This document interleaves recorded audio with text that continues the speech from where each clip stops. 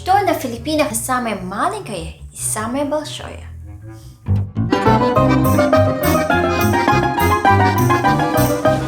Привет, товарищи! Меня зовут Мэри Жень, я из Филиппин, я изучаю русский язык.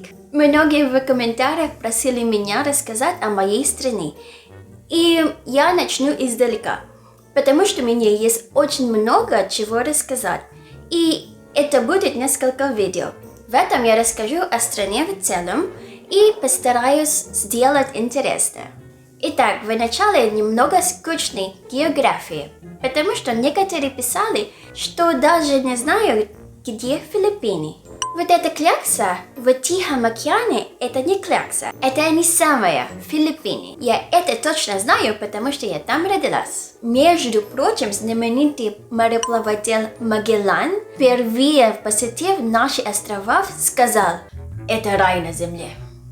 Но правда, на Филиппинах он и погиб.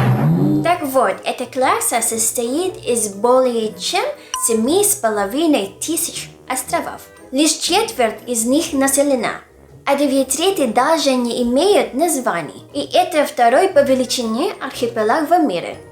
К сожалению, Филиппины подвержены почти всем стихийным бедствиям, но кроме метели. Тайфуны, вулканы, землетрясения, цунами – это наше все. Не припомню года, чтобы не было какой-нибудь катастрофы. И это особенно страшно как раз на маленьких островах. Когда я была маленькой, в 17 километрах от нашего дома, происходило второе по объему извержение вулкана в истории человечества – вулкана Пинатубо. Она закрыла небо на 500 000 квадратных километров и повлияла на климат по всему миру в следующем году. А вот вулкан Таал, который вы могли видеть в новостях до коронавируса, самый маленький вулкан в мире. Да, это то, что он самая маленькая, а не то, что некоторые могли подумать. Кстати, самое популярное место на Филиппинах – это остров Боракай. Там и правда очень красиво.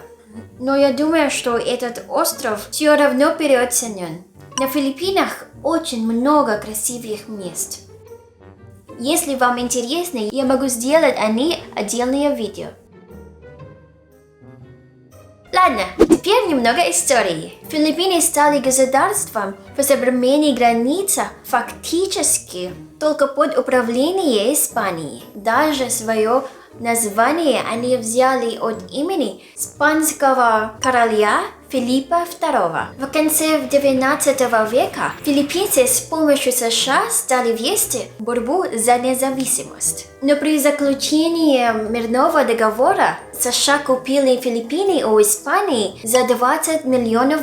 Потом была война США, которая длилась около 4 лет и закончилась тем, что Филиппины стали зависимой территорией. Даже был шанс, что они станут 51-м штатом, но что-то пошло не так. Не получилось, не фартануло. А в 1935 году Филиппины стали независимыми, фактически получив независимость в 1946-м. Это прошло очень мирно, и США сохранил существенное влияние и авторитет, а также очень сильно повлияли на культуру. Например, все белые люди по умолчанию считаются американцами.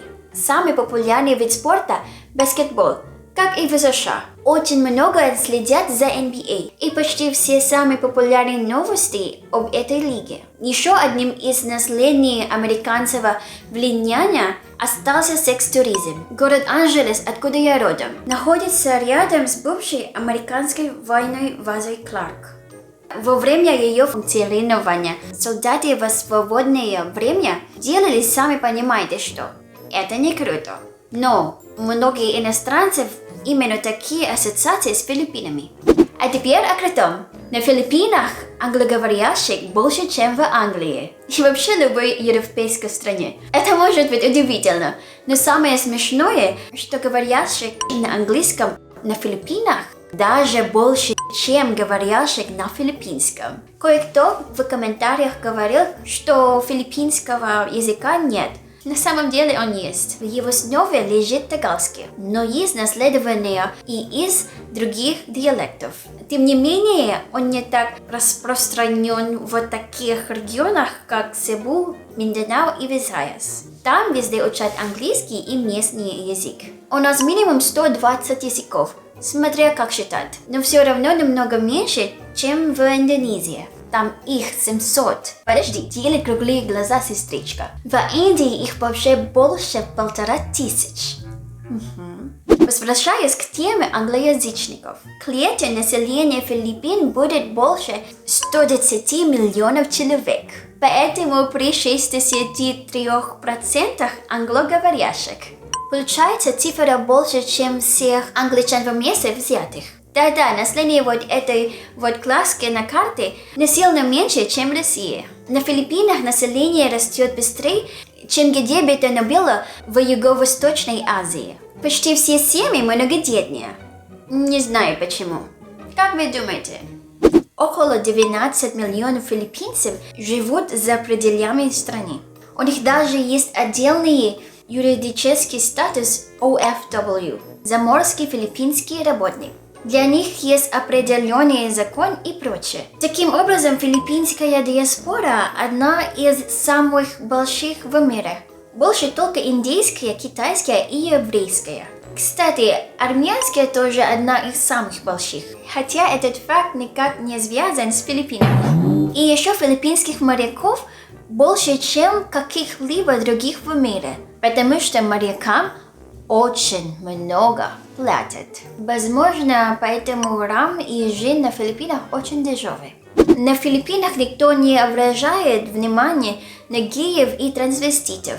Их воспринимают как обычных людей. Как видите, это не мешает популярности расти. Один странный для русских факт обо всех азиатах, не только о филиппинцах. Наши кремы для кожи почти всегда обладают отбеливающим эффектом. Эту особенность человеческой натуры я нахожу забавной. Белое затемнит, темное отбелит, круглое таскать, квадратное катать. Если вас это тоже забавляет, ставьте лайк. Окей, теперь несколько быстрых фактов, но довольно забавных. Самый большой в мире крокодил был пойман на Филиппинах. Теперь вы знаете, что у нас самый большой. А нильские крокодилы нервно курят в сторонке. Сейчас самый известный филиппинец в мире – это боксер Мэнни Пакьяо. И нет, я не его дочка. Кстати, во время его боксерских поединков уровень преступности снижается почти до нуля. И нету пробок. Интересно, почему? В Маниле, столице Филиппин, есть памятник Александру Сергеевичу Пушкину. Ставьте лайк, если кто помнит сказку о рыбаке и рыбке. Чего тебе надо, старче?